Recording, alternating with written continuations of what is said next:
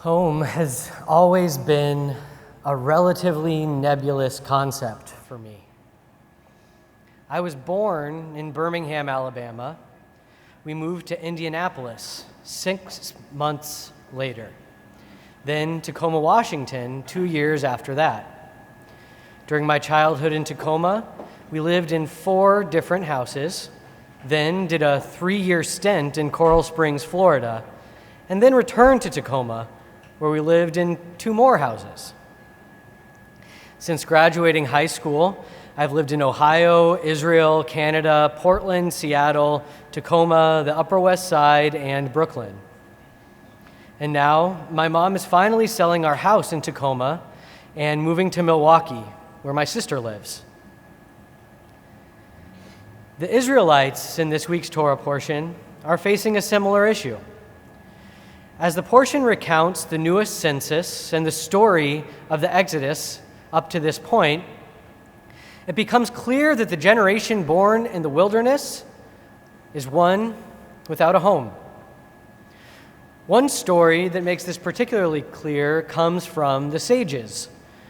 The commentator Rashi recounts that after Aaron, the high priest's death, the Israelites gave up and actually turned back to Egypt.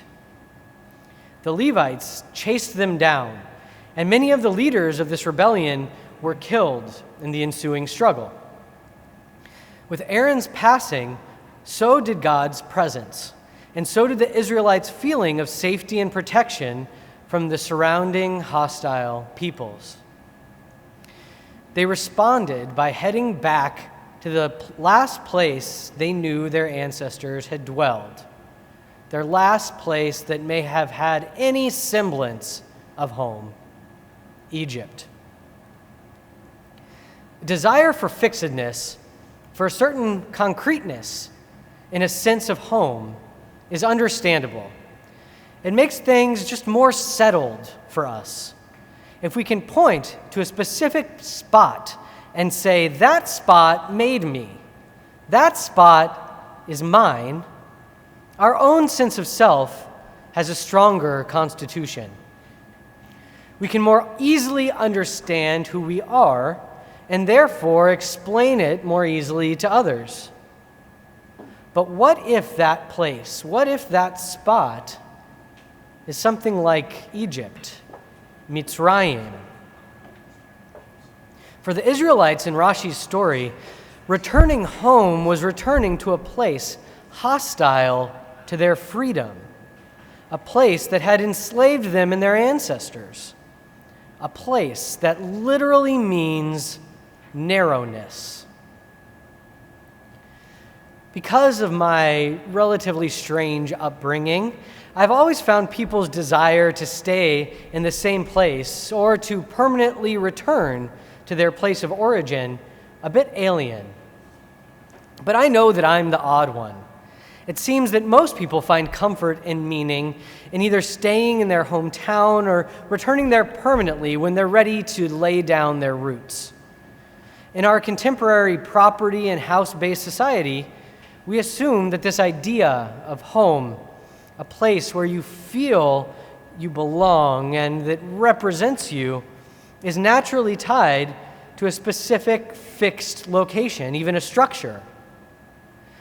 For the Israelites in the wilderness, this sense of home was impossible. They existed in the chaotic nothing between 2 points, fearfully moving towards an unknown home of the future, while simultaneously nostalgizing the horrors of that past place of narrowness. Physical homelessness is core to Jewish history. Our story as a people is not dissimilar from my story as an individual. We have dwelled all over the world, sometimes for good, sometimes for bad. But physical home has always been elusive. From very early on in the development of diaspora Judaism, the concept of home was fraught with conflict. In his book, A Traveling Homeland, the Babylonian Talmud as Diaspora, Professor Daniel Boyarin investigates the way in which the rabbis of the Babylonian Talmud, the textual body which makes up the corpus of rabbinic Judaism, struck a balance between their acknowledging Palestine's central place in the Jewish story while claiming Jewish hegemony for themselves in Babylonia. He writes, the Talmud and its textual practices produces Babylonia as a homeland. And since this Babylonia is produced by a text that can move, that homeland becomes portable and reproduces itself over and over. The Talmud, I would submit, is not only the only classical work of the rabbinic period produced outside the land of Israel, it is a diasporist manifesto. These rabbis living in Babylonia long ago embodied the experience of transience in relationship to home. Rather than striving for a sense of home in a place of national origin, they found their sense of home in their way of life. They sought a rooting for their identity not in a place, but in text and in process. Their masterwork is not just one of halakha, of legal code. It is one of diasporism.